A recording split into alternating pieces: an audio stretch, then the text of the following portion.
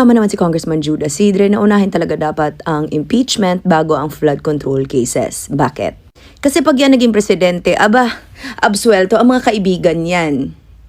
Na totoong kasabwat ng flood control projects, mga mi. At bakit? Akala nyo ba nag-start lang yung flood control project ng 2022? Hindi. Nagsimula yan nung panahon ng tatay niya. Oo, mahal ko si PRRD, pero yan ang totoo. Kahit siya mismo pinag-usapan niya ang eskandalong yan dati.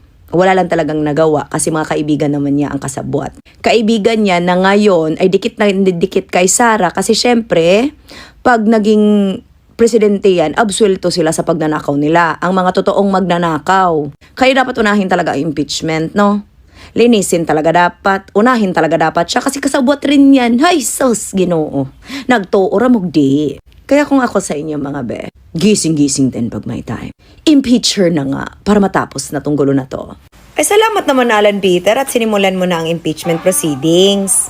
Salamat naman na may ginawa kang tama. Pero hindi pa rin kita pinapaniwalaan. You still cannot be trusted. You are not loyal to the Filipino people. You are loyal to Sara Duterte. Akala niyo ba na naniniwala kami na para talaga sa kapakanan ng mga Pilipino yung ginagawa niyong mga Duterte supporting senators? Kaya hinay-hinay sa pag-acquit ha. The Filipinos are watching this time around. And nakikita niyo naman, nasa sa inyo ang bola. Kaya wag masyadong pahalata. Alam ko naman acquittal ni Sara Duterte ang gusto niyo. Pero remember, the Philippines is watching. Remember, you cannot manipulate evidence.